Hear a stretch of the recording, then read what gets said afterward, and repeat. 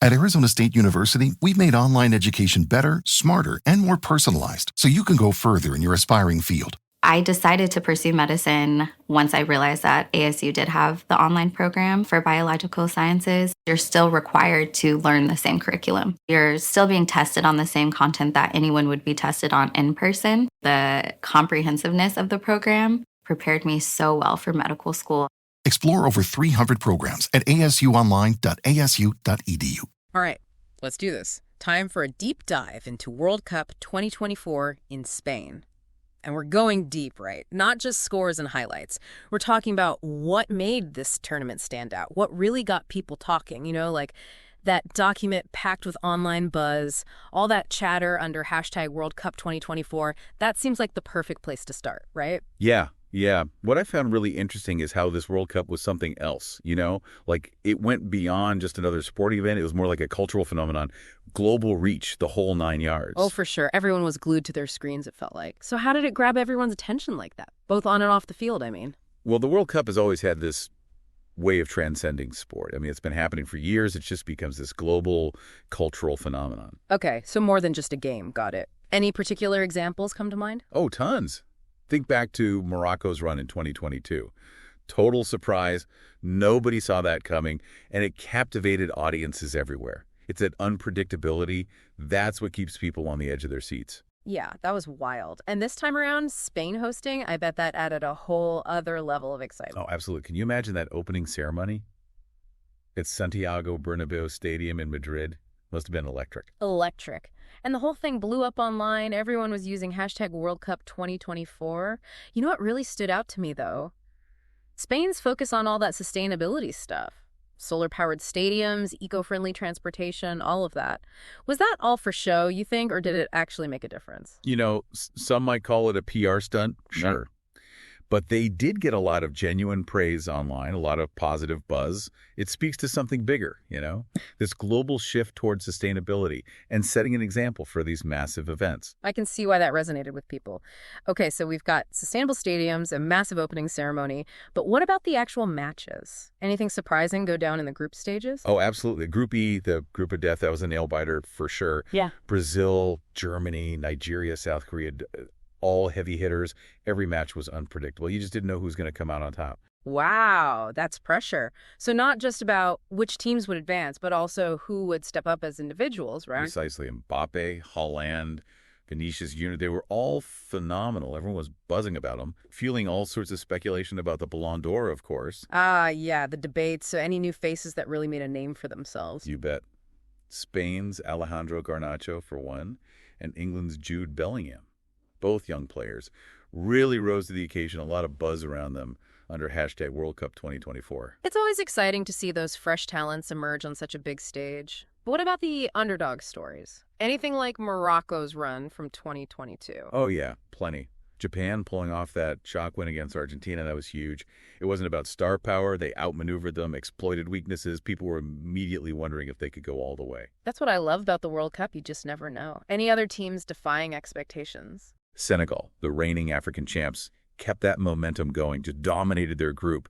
They really showed the world that heart and resilience can be just as powerful as having those big names on your team. For sure. It's that collective spirit that really shines through. So how about the fan experience? How did all that tech and social media stuff change the way people watch the World Cup? Oh, that's a great question. Social media, especially hashtag World Cup 2024, became like the central nervous system of the whole tournament. Fans were connected in real time, reactions, debates, the whole shebang. Yeah, it was everywhere. Any particularly interesting uses of hashtag World Cup 2024? Beyond just cheering, I mean. Oh, people were going all out. Yeah. Live updates, memes, dissecting every play, even creating fantasy leagues, sharing predictions. It was like this giant online watch party. So it brought people together, even if they weren't physically in the same place. And it's more than just the game itself, right? People expressing their national pride, their cultural heritage, connecting with other fans all over the world. Absolutely. This kind of virtual stadium atmosphere reaching far beyond any physical location. That's pretty amazing. It sounds like technology was playing a big role, not just for the fans, but even within the matches themselves. Oh, for sure. Remember VAR, the video assistant referee? Well, they rolled out VAR 2.0, faster decisions, more accurate calls, the whole package. Less waiting around, more action. Got to be good for everyone, both the players and the fans.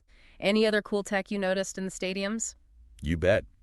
Some stadiums had augmented reality experiences. You could use your phone, access real-time stats, player info, even virtual replays. Just added another dimension to watching the game live. Wow, sounds like a tech revolution. But did we still get those classic rivalries that make the World Cup so thrilling? Even with all the new tech, I mean. Oh, absolutely. Some of those classic matchups were reignited, just fueled the excitement on long and off. Like what? Give me the highlights. Well, you had Argentina and Brazil. That draw was intense. Messi versus Neymar, a clash of titans. Classic. Any other matches that really got people talking? England beating Germany, a historic rivalry, always a big one. And then France with Mbappe scoring 2 goals, taking down Italy. It's those historical rivalries, all the emotion from past encounters. It just adds so much weight to these matches. You can just feel the history, right? So much drama. You know, another thing I loved about this World Cup was the focus on women's football. It felt like a real step forward. What are your thoughts on that? Totally agree. It was fantastic to see Spain's Women's World Cup champions playing that exhibition match alongside the men's team. A lot of discussion online about that. Hashtag World Cup 2024 was buzzing. I think it really shows the growing global support for women's football and how much more prominent it's becoming. Yeah, it's great to see. And what kind of reactions were you seeing from the players and fans? A lot of the women players expressed how much they appreciated the platform, the visibility. And the fans, both men and women, were overwhelmingly supportive online. It was all about celebrating skill and athleticism, and it sparked some important conversations about gender equality in the sport. Hopefully this is just the beginning. I hope so, too. It's bigger than just the game itself, isn't it? It's about what it represents. Now, an event like this, on such a huge scale, it has to have a major impact, not just on the fans, but also on the host country. What were some of the economic and social impacts of having the World Cup in Spain? Oh, the impact was huge. Tourism boomed, especially in cities like Barcelona and Seville. All those visitors brought in a lot of revenue and created a bunch of temporary jobs, too. So a boost for the economy. But did it also have a social impact? Did it really bring people together? Absolutely. Beyond the economics, there was this sense of global unity, this diplomatic engagement. People from all over the world celebrating their love for football, overlooking cultural differences. There was this feeling of shared humanity, That's the beautiful thing about sports, isn't it? That power to unite us. But even with all the good stuff, I'm sure there were some challenges, some controversies along the way. What were some of the hurdles they had to deal with during the tournament? Of course, there are always going to be challenges. The ticket prices, for example, were a major concern for some fans. A lot of people felt like they were priced out of the experience, sparking debate about making it more accessible for everyone in the future. It's a shame when passionate fans can't be there in person. Were there any other issues that stood out? Well, even with VAR 2.0, some of those refereeing decisions still caused controversy, fueled a lot of passionate debate online. Ensuring fairness and consistency in officiating, that remains a challenge. And of course, with an event this big, security was a top priority. They had to implement some pretty robust measures to keep everyone safe. For sure. Those are things future hosts need to keep in mind. But enough about the challenges. Let's get back to the excitement.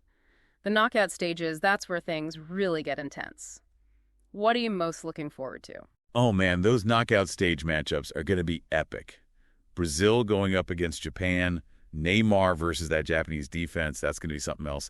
And then you've got France and England, those European giants going head-to-head, and Mbappe leading the charge. That's going to be explosive. I can't wait to see who comes out on top in those matches. Each team has proven themselves. It's anyone's game at this point. What about Spain? Think they can use that home advantage to reach the final? It's got a tough one against Senegal, the reigning African champions. Two completely different styles of play. Spain with their possession game and Senegal with their dynamic physical approach. It's going to be a fascinating battle of tactics. I can already picture the passion and intensity from both sides. It's going to be unforgettable.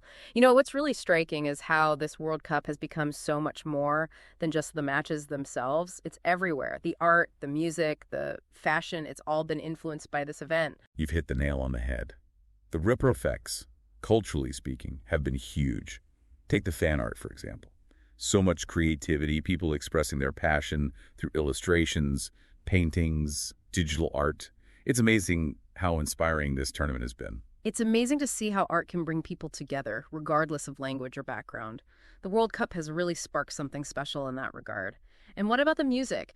Didn't Spain have those amazing fan zones where music played a big role in the atmosphere? Those fan zones were like giant parties. Local artists, DJs, all bringing the energy, celebrating football and Spanish culture together. Music has this way of amplifying the emotions, creating memories that last. It's a powerful force for sure. It really sets the vibe, doesn't it? Speaking of vibes, you can't forget about the fashion. It feels like everyone wants to wear their team's colors to show their support. Oh, for sure. The World Cup is a fashion show in itself. A sea of jerseys and scarves, a visual representation of national pride. It's a beautiful thing to see, people from all walks of life united by this sport. It's about belonging, about sharing that identity. And of course, you can't talk about big events like this without mentioning the brands. They must be loving all the hype around the World Cup. Did you notice any clever marketing strategies they used? The brands were all over World Cup 2024, using it as a platform to connect with fans in new and creative ways. Adidas and Nike, as always, they launched those exclusive kits and fan gear, sparking conversations and driving those sales. Their marketing is always on point, playing on the emotions of the tournament, the narratives. Were there any other brands that really stood out to you? Coca-Cola, they always go big for the World Cup, and this year was no different. They had some great social media challenges and campaigns, all about that global unity and celebration vibe. Smart marketing, associating themselves with the positive energy of the World Cup. It's not just about pushing products, it's about becoming part of the conversation, right? What about the brands that aren't directly tied to sports? Did you see any unexpected players making a splash? I was impressed by Visa's campaign. They were promoting their cashless payment options inside the stadiums, highlighting how they make the fan experience smoother. Nothing flashy, but it addresses a real need. It's those little things that resonate with people. So the impact of the World Cup really goes far beyond the football pitch. It's influencing fashion, inspiring art, and giving brands a platform to connect with people in new ways. It's truly a global phenomenon. It's so much more than just those 90 minutes on the field, right? Yeah. It's the cultural impact, the economic boost, the legacy it leaves behind.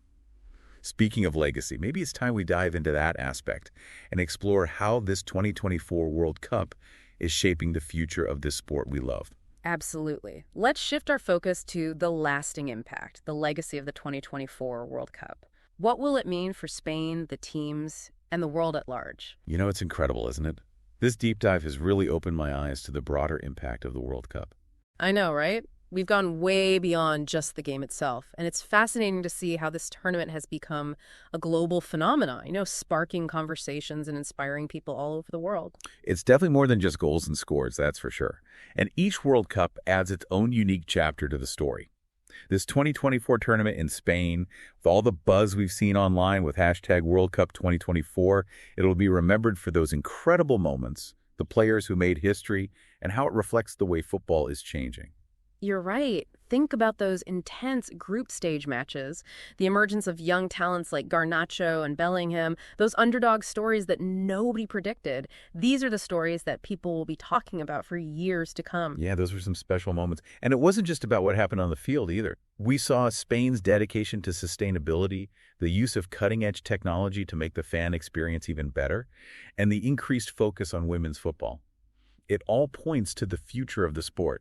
I agree. It's a really powerful reminder that the World Cup is so much more than just a competition. It's a reflection of our times, a platform for positive change, and a catalyst for change on a global scale. It's really remarkable. Absolutely.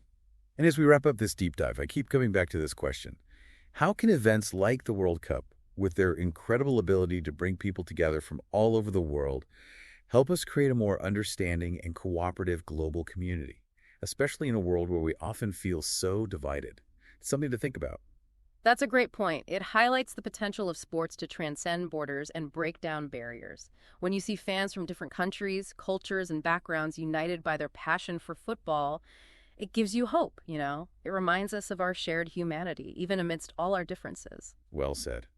And as this 2024 World Cup comes to a close, let's all try to carry that spirit with us. Let's use the passion and excitement of this beautiful game to connect with each other and inspire positive change in the world. Couldn't agree more. It's been an absolute pleasure exploring the depths of World Cup 2024 with you. Until next time, may the love for this beautiful game continue to unite us all. It's really amazing what we've uncovered, This deep dive has shown us just how many layers there are to the World Cup. I know, right? We've dug so much deeper than just the results, and it's clear to see why this event captures the world attention. It sparks conversations, inspires creativity, and leaves a real lasting impact. It's been quite a journey. And every World Cup adds its own unique flavor to that story. This 2024 tournament in Spain, it'll be remembered for its big moments, its standout players, and how it reflects the changing face of football. Hashtag World Cup 2024 captured it all. It did. I mean, think about those nail-biting group stage matches, the rise of those young stars like Garnacho and Bellingham and all those underdog victories that nobody saw coming. Those are the stories that people will be talking about for years. They really embody the spirit of the tournament. They do. And beyond the excitement on the field, we saw Spain's dedication to sustainability, all that cutting-edge technology enhancing the fan experience, and of course the spotlight on women's football. It's all pointing towards the future of the sport. Exactly. It's a powerful reminder that the World Cup is more than just a competition. It reflects our times, it's a stage for progress, and it can even spark positive change on a global level. It really can. And, as we wrap up this deep dive, I can't help but wonder, how can events like the World Cup, with their power to unite people from all over the world, how can they help us build a more understanding and cooperative global community? Especially in a world that often feels so divided. It's something to think about for sure. It is. It really makes you appreciate the potential of sports to break down barriers and transcend borders. Seeing all those fans from different backgrounds, different cultures, all united by their love for football, it gives you hope. It's a reminder of our shared humanity despite all our differences. You said it. So as the final whistle blows on this 2024 World Cup, let's hold on to that spirit. Let's use the passion and energy of this beautiful game to connect with each other and make a positive impact on the world. I'm all for that. It's been a privilege exploring the depths of hashtag World Cup 2024 with you. Until next time, may the love for the beautiful game continue to bring us all together. Today is your lucky day. Today is the day that our $3 website works for you, paying you directly to your PayPal daily. Imagine $3 ongoing continuous payments to your PayPal account. Imagine falling asleep and waking up to $300 in your PayPal account. How would this make you feel? How could this help you? What bills could you pay? What kind of fun could you have? What does that retirement look like now?